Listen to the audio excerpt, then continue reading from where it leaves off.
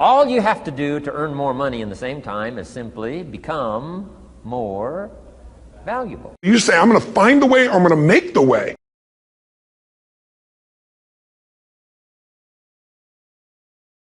Ultimately, if you're going to have lasting change in anything, you're really talking about just raising your standards. I mean, I always tell people, if you want to know how to change your life, I give it to you in 3 words, boring as it sounds: raise your standards. And what does that mean? Corny as it sounds. Raise your standards. Oh, thank you for the breakthrough thought, Tony. I'm glad I wasted my time watching this little email with you. But think about it. Lasting change is different than a goal. You don't always get your goals, but you always get your standards. Maybe it'll help you is to think about it this way. I try to explain standards to people with a different set of words. Think of it as everybody in life gets their musts. They don't get their shoulds. Like, think about it. Most people have a list of shoulds, don't they? Don't you have a list of the shoulds, things you should do, you should follow through on? I should lose some weight, I should work out more, I should make more calls, I should respond more rapidly to my email, whatever, you know? I should get into the office earlier, I should be, more confident. Whatever your should list is, people love to have their should list be met, but it's kind of like New Year's resolutions. If it does, it's really exciting, but if it doesn't, which is most of the time, it's a little disappointing, but you kind of know it's not going to happen. But when you decide something is a must for you, an absolute must, when you cut off any possible, you say, I'm going to find the way or I'm going to make the way. Human beings, when they resolve things, when they make a real resolution inside themselves, which is they raise the standard and they make it a must, they find the way. Think about it in your own life. Haven't you had some area of your life where you raise your standard and your life has never been the same? Maybe at one time in your life you smoked cigarettes, or you did something and you did it for years and you kept trying to change it and kept telling yourself, I should. And then one day something happened. Something just clicked you over. Something took you over that kind of tipping point. And inside yourself you said, no more. And it was a very, very different experience, wasn't it? Something inside of you shifted, and what was a should became a must, and you've never gone back. Is there an area like that in your life you can think of? Again, did you ever smoke cigarettes? Did you ever eat a certain way, drink a certain form of alcohol, and then finally say no more, and you just don't go back? And notice this, it doesn't really take any willpower anymore. Because somewhere when we make this click, when we make something a must, we attach ourselves to it. It becomes part of our identity. And one thing I've learned in the last, 33 years of working with people from now over 100 countries, 4 million people, is human beings absolutely follow through on who they believe they are. If you said to me, well, I'm really going to work hard to stop smoking, but I've been a smoker my whole life and I am a smoker, I know your days are numbered. You're going to be back smoking cigarettes again, because we all act consistent with who we believe we are. I tell people the strongest force in the whole human personality is this need to stay consistent with how we define ourselves. If you define yourself as somebody who is really conservative, you're not going to be crazy and act nuts unless you're really drunk or something, and then you can say it's the alcohol, when it's really just you finally getting permission to be yourself. The alcohol is your excuse. If you're a really crazy person, you act crazy, outrageous, playful. You don't act conservative because that's not who you are. Very often people say, well, I can't do that. I'm not that kind of person. And I always say to people, really, when did you define yourself? I mean, really, how many years ago did you come up with what you could and couldn't do in your life? How many years ago? Most people, if they really look at how they're living their life today, it's based on a set of standards, a set of beliefs that they made choices about 10, 20, 30 or more years ago. I mean, very often we made decisions in our youth or very young about what to believe, about what we were capable of, about who we are as a person, and that becomes the glass ceiling, if you will, that controls us. There's a corny metaphor, but it's true. I remember one time I was with my family at the circus, and there was a person there, and they had this big, giant elephant. And you look at this elephant, and they take this little rope, put it around the elephant's neck, and they drive this stake into the ground. And I mean, you look at this, and you know that elephant could rip down the entire tent with almost no effort. And yet, the elephant doesn't struggle, doesn't try. Why? Because the elephant's conditioned. And they take that elephant and condition the elephant when it's a baby elephant. That's how they train him. When it's a little baby elephant and it doesn't have the power yet, they put a big rope around it and they drive this huge stake in the ground, and the elephant fights and fights and fights. And one day, finally, that elephant decides, I'm not capable of pulling this out.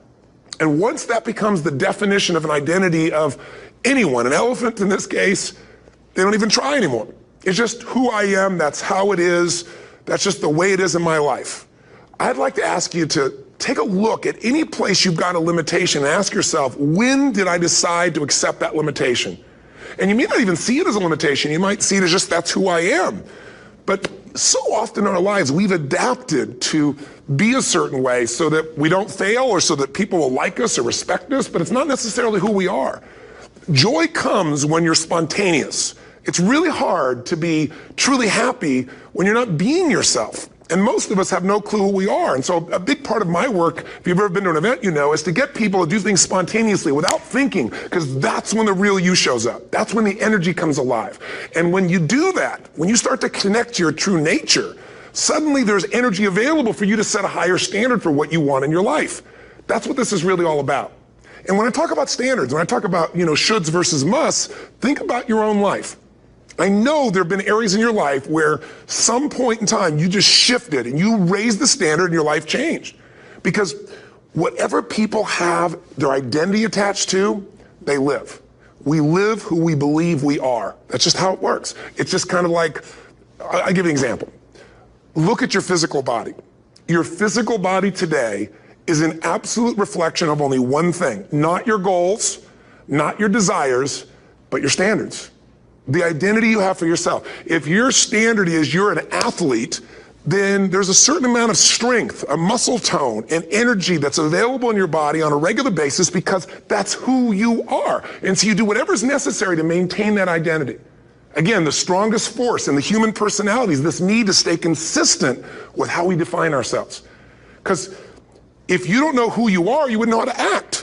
Once you lock in on that identity, your brain finds a way to keep you there. If you say, man, I'm overweight, I've always been overweight, I'm big boned, and that's the story you got, then you're going to always find a way to get back there. That's your settling point. That's your identity. That's where things lock in. If you see somebody who's in really great shape, you ask them, do you work out? You know the answer. Yes. How often? And they'll tell you 3 times, 4 times, 5 times a week, whatever. In a seminar, I'll ask people, who here works out at least 5 days a week? And I'm stand up. And you look around that room, and you know that they work out 5 times a week because you can see their body. You don't just get a result without some kind of action, without some form of ritual. Ritual meaning actions you do consistently. Now, do you think those people that are out there working out 5 days a week, do they have more time than you do? Or I have, or anybody else? Of course not. Is their life less busy? Of course not. It's just a must for them. They must work out that way, and they've made that turn and their life changed. So I'm not saying you have to work out 5 days a week. I'm just saying whatever you really want, wants don't get met consistently. Standards do. Whatever you identify, this is who I am. And so it's not so much about changing your identity as there's expanding it. Deciding that, instead of your goals to lose 10 pounds, which is not compelling, what if your vision was to get back to my fighting weight? This year, this month, this next 90 days, I'm going to transform my body. I'm going to take on a new challenge. I'm going to find some technique or strategy, there's a million of them, that can reframe myself where I want to feel younger, stronger, more vibrant than ever before. Here's my reasons. Because I want the energy to really make my life work. Because it's tough out there, and I want to be stronger than I've ever been before. I want to go in front of the mirror, and if I'm naked, not, want to laugh. I want to look there and take a good look and go, yeah, I'm proud of whatever I see there. Whatever it takes, something's going to make you laugh, smile, something that's going to tease yourself, but something's going to move you to another level. If you identify yourself in a new way and you own that every day, and that becomes the standard of how you live, you'll find the way to make that standard real. Money's the same way. Think about it. It doesn't matter what's happening, quote unquote, in the marketplace. People that make money find a way to make money no matter what, don't they? I mean, most people's standard is to pay their bills.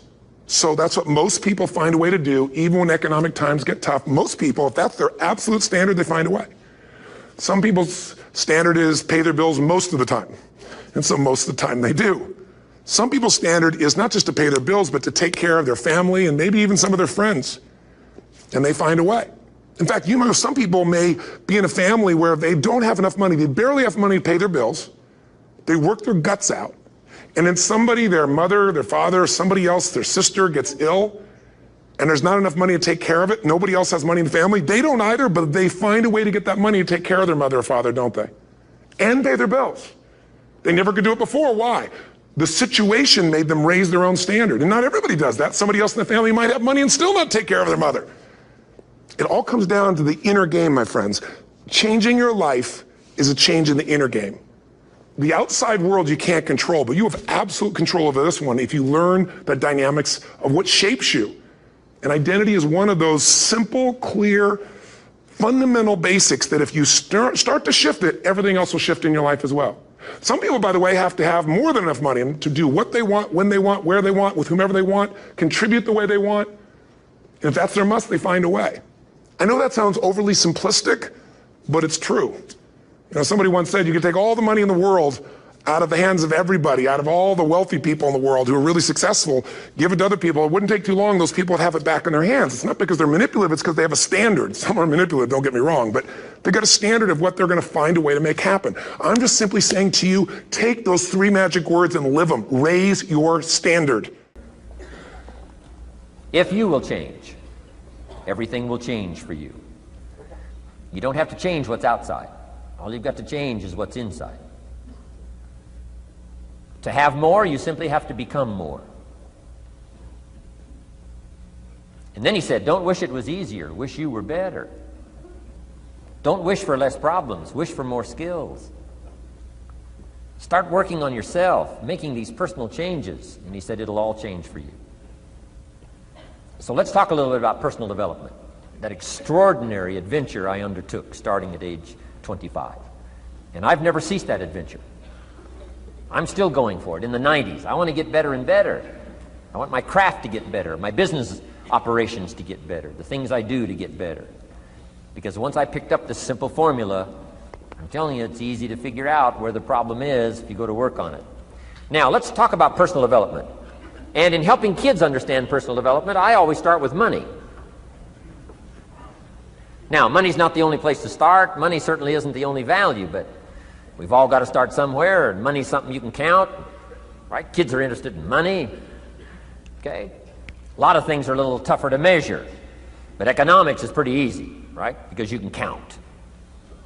Okay, somebody says, how are you doing? You say, I don't know. Let's count. Now, this is not the only count. I understand that. There's a lot of other things to count. But to see if there may be some errors in your judgment and lack of disciplines in your life, we might as well start with money, because it's so easy to count. So let's just start there and see whether or not maybe we have messed up. Okay. So here's how I explain it to kids. We get paid for bringing value to the marketplace. Key to understanding economics. We get paid for bringing value to the marketplace. Marketplace is also described as reality. Reality, the marketplace. Now, it takes time. It takes time to bring value to the marketplace, but we don't get paid for time. It's very important for kids to understand, as well as adults. We don't get paid for time. Mistakenly, the man says, well, I'm making about $20 for an hour. Not true. Not true. If that was true, you could just stay home, have them send your money. No, it's not true. You don't get paid for the hour. You get paid for the value you put in the time. So we don't get paid for time, we get paid for value. Now, since that's true, here's one of the key questions of the afternoon. Is it possible to become twice as valuable and make twice as much money in the same time? Is it possible to become 3 times as valuable as you now are and make 3 times as much money in the same time? Is that possible? Of course. If you want to really emphasize something, that's a good phrase, Stuart. Of course. Of course. Okay. Now, all you have to do to earn more money in the same time is simply become more valuable. America's unique. It's a ladder to climb. Starts down here, what, about $4 an hour? Big argument last year in Congress about this starting place. Should be 5, should be 5, should be 5. Well, no, it doesn't need to be 5. Why not start with 4? It's a ladder. Right? This is not a bed. This is a ladder. This is a ladder to climb.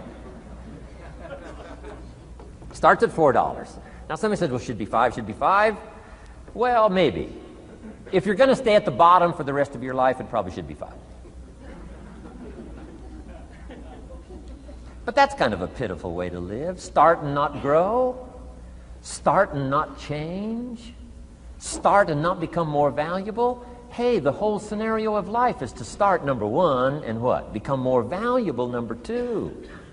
So America's a ladder to climb. Starts at $4 an hour, and the more valuable you become, you just keep moving up the ladder. Top income last year, what, 52 million? Guy that runs Disney? Would a company pay somebody for 1 year's work $52 million? And the answer is, of course. This is one of those of course places. Of course. If you help a company make $1 billion, would they pay you $52 million? The answer is, of course. It's chicken feed. I mean, it's not much money. Now, why that much money? Because he has become so valuable. Now, why would we pay somebody only $4 an hour? They're not very valuable to the marketplace. Now, we got to make that distinction, to the marketplace. Might be a valuable brother, a valuable member of the community, valuable member of the church, valuable member in the sight of God, to the human family, of course, those kind of values. But to the marketplace, which is called what? Reality. Reality is, if you're not very valuable, you don't get much money. Those are called the facts. I mean, that's how that is. Well, then how do you get more money? Simple answer. Somebody says, well, I'll go on strike for more. Well, here's a major problem with that. Here's a major problem with that. You can't get rich by demand.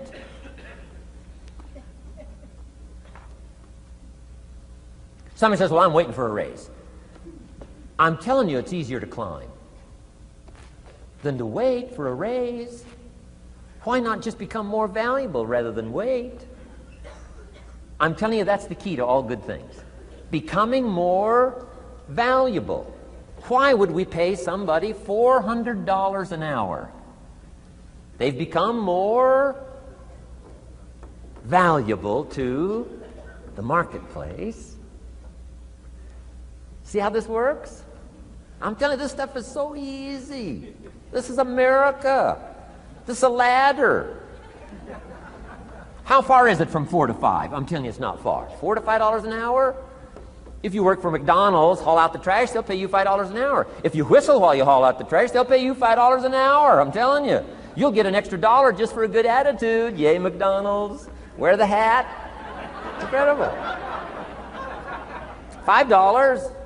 And then you just keep becoming more valuable, more valuable, more valuable. I got a telephone call 5 years ago. The company said, we're ready to expand internationally. We need some help. I was sort of semi-retired. Right? Looking for the next exotic beach. They said, no, Mr. Rohn, we got a project for you. Right? We're going to expand internationally. We could use your help. Next little while, we'll add some millions to your fortune, make it worth your while. I said, okay. I thought later, isn't that interesting that they called me? My second thought was, of course they'd call me. Who else would they call? I mean, you know, I can get the job done. Now, how come I got a telephone call worth millions? I had become valuable. Now, I'm a farm boy from Idaho. I was raised in obscurity. 1 year of college, and I thought I was thoroughly educated. Made all kinds of mistakes galore. At age 25, the creditors are calling me saying, hey, you told us the check was in the mail. I got pennies in my pocket. I got nothing in the bank. I'm behind on my promises. How come I get a telephone call 5 years ago and it's worth millions? I changed. I turned my life around. Is it possible to become worth millions? Speaking economically, now there's a lot of values to become, but let's just talk economics. Is it possible to become that valuable? And the answer is, of course, of course. Now let me give you the secret. Shoaff said, here's the secret, Mr. Rohn. Learn to work harder on yourself than you do on your job. Once I got that, it turned my life around. Learn to work harder on yourself than you do on your job.